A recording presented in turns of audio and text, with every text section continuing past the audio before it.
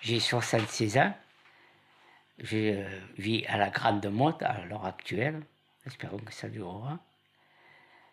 J'ai vécu surtout à Montpellier, quoi, jusqu'à l'âge de 18 ans, et toute mon enfance et adolescence dans le quartier populaire Figuerolles et Croix d'Argent. Figuerolles parce que ça vient du mot figuier aussi. Et c'était tous les ouvriers, vers à peu près le 19e siècle, qui habitaient dans ce quartier.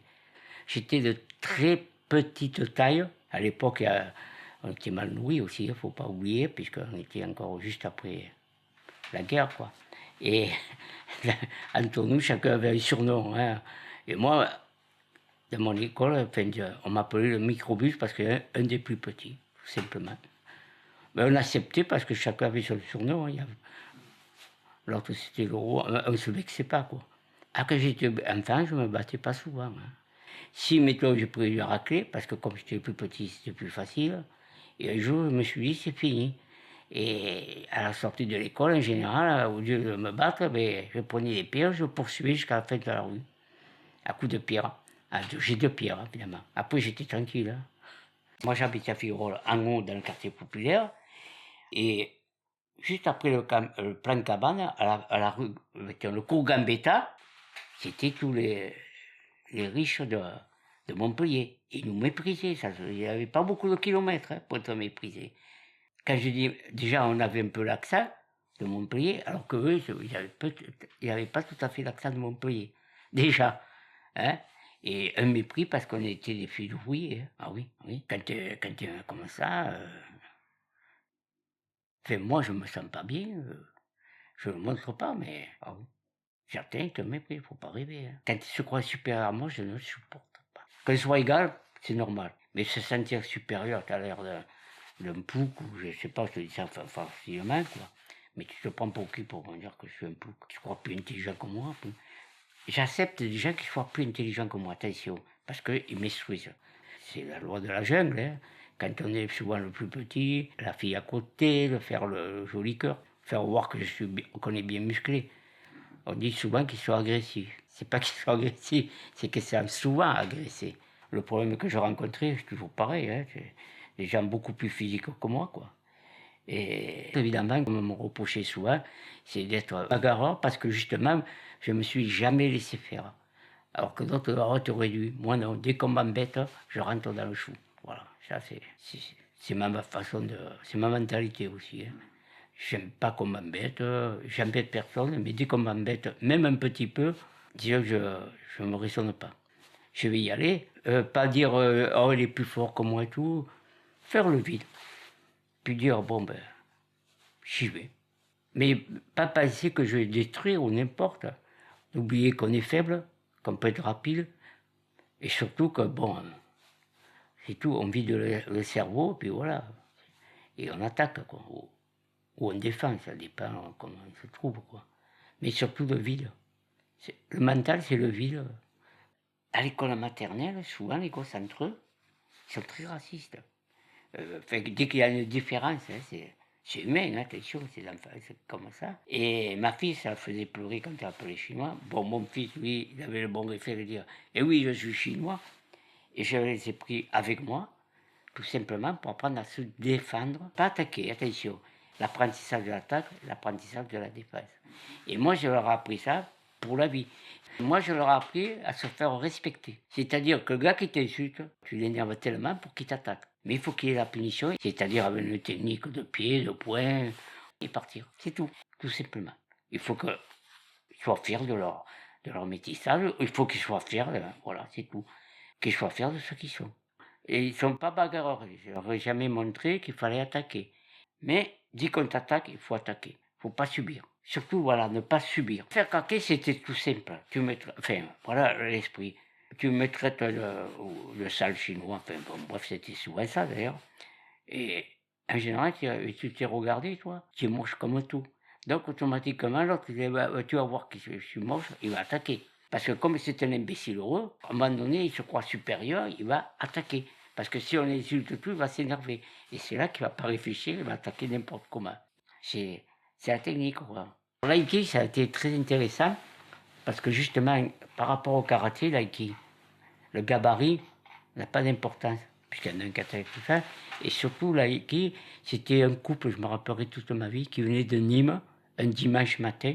Et ils nous avaient impressionnés parce que, tout simplement, ils nous avaient attaqué. Et nous, en karaté Shotokan, quand vous attaquez, c'était très rude. Et ça faisait très mal, surtout aux avant-bras. C'est-à-dire qu'on coupe l'attaque, mais en violence, quoi. Et oui, justement, on attaquait comme un fou.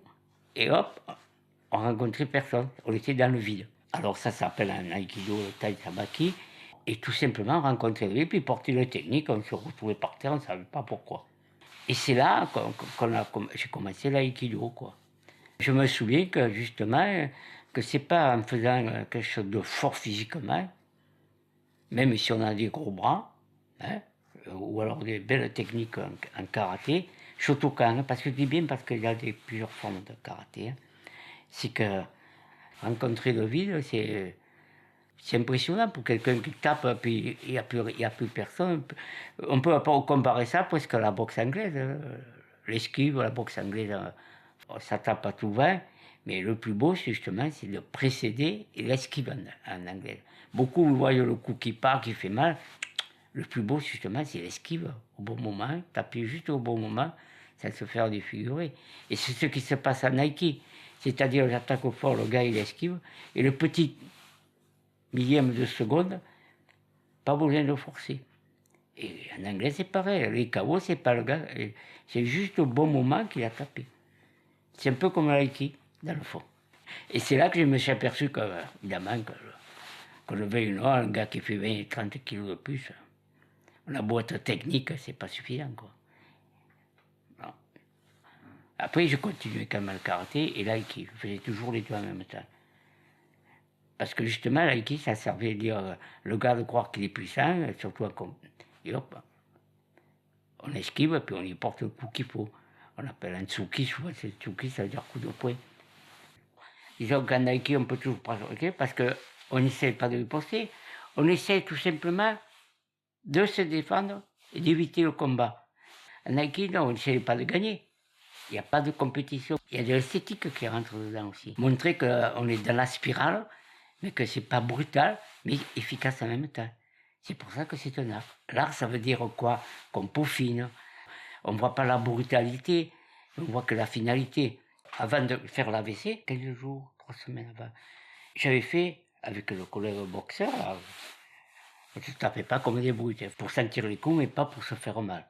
Parce que comme j'avais quand même 10-20 kilos de moins que certains, si vous pouvez me faire plus mal. Et j'avais fait 8 rounds d'affilée. Et j'étais pas jeune, j'avais 66 ans quand même. Hein. Et c'est justement, c'est injustice, quoi.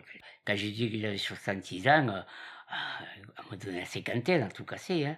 Bon, c'est vrai que physiquement, j'ai toujours fait beaucoup moins que mon âge. C'est ce qui m'embêtait, surtout quand j'étais jeune. Quand j'allais en boîte, même à 25 ans, ils me demandaient la carte d'identité, quoi. Puis, ce que j'ai fait pour les médecins, c'est le miracle de Lourdes. Après une radio que j'avais fait, un scanner, tu sais, parce qu'on fait un scanner de contrôle, quoi. Il avait vu qu'il y avait une grosse cicatrice. Et il me touche la jambe en croyant qu'elle ne marchait pas. Enfin, qu'elle était immobile. Hop, de suite, j'ai fait ça. On me dit, oh, vous avez encore les réflexes. C'est le miracle, quoi. Quand je suis allé pour l'histoire d'œil, parce que j'avais des paupières qui se brûlaient et tout. Et attention, il était bon médecin, un dermatologue. Et moi, je disais rien. Il m'expliquait. Puis après, comme il a vu ma femme, il était avant ma femme, il lui a expliqué ce que j'avais. Il pensait que j'étais un gars. Carrément, hein, je te le dis. Il est allé voir. Alors moi, j'étais là, j'attendais, mais qu'est-ce qu'il fait, quoi. Et je le vois partir, il parlait avec ma femme. C'est facile de penser que j'étais complètement foutu, quoi. Par rapport au dossier médical, pour lui, j'étais foutu, quoi. J'arrivais plus à réfléchir, j'arrivais plus à me contrôler, à prendre, je sais pas moi, à me laver, je sais moi. Alors il allait voir ma femme. Mais il n'y a pas longtemps, hein. Je te parle il y a un an ou deux, même pas un an, pas plus. La seule chance que j'ai eue, c'est d'être en vie. C'est tout. Le médecin, qu'est-ce qu'il m'a dit? Le bon Dieu ne voulait pas de toi. Mon médecin familial de Marseille, hein. C'était pas le moment. Se battre. Même si à fois tu restes sur la chaise roulante, ça ne t'empêche pas de continuer à te battre. J'étais le plus faible, mais ils m'ont jamais kikiné parce que Tu es le plus petit et tout. Mais on m'a jamais, j'ai jamais, disons, baissé la tête. Je me suis toujours battu. Autant physiquement que mentalement, quoi. Tu vois. Et toujours se battre. Pour moi, la vie, c'est un combat, c'est pas autre chose. Et après, c'est quand tu as le coup dur que tu t'aperçois qu'il faut toujours se battre.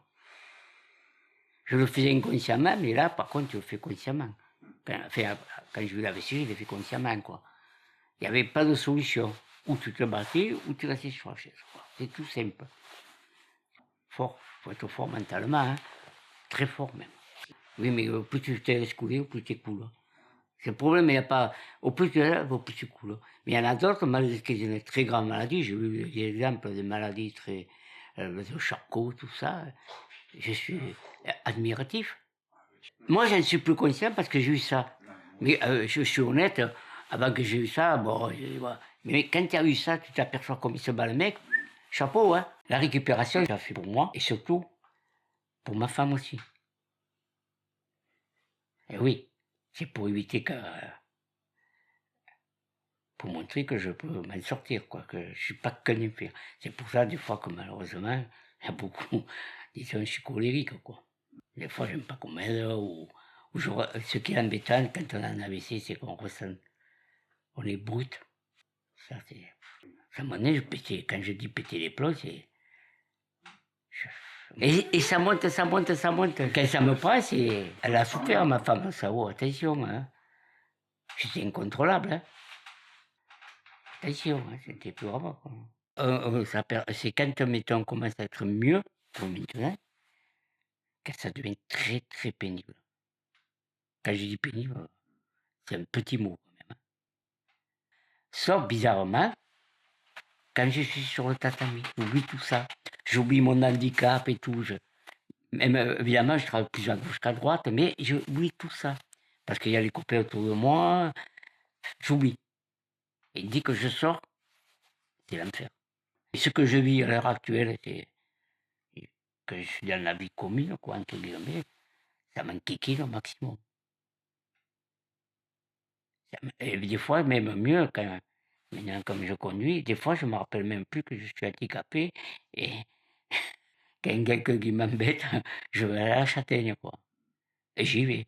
Ça, c'est un peu embêtant. En réalité, je n'ai pas les mêmes capacités qu'avant. Hein. Mais je n'ai pas peur d'y aller. C'est ça qui est embêtant. La colère. Comme tout ça.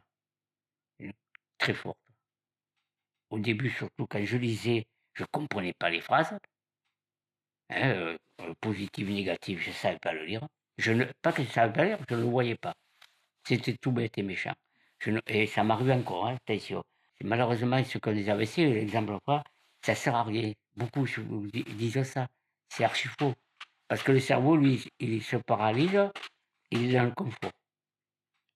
Et l'orthophonie, c'est des trucs comme dans le primaire. Mais ça, je sais le faire, oui, mais le cerveau, lui, il ne sait pas le faire. Tu crois, mais c'est pas. Et grâce à l'orthophonie, petit à petit, il reconnecte tout.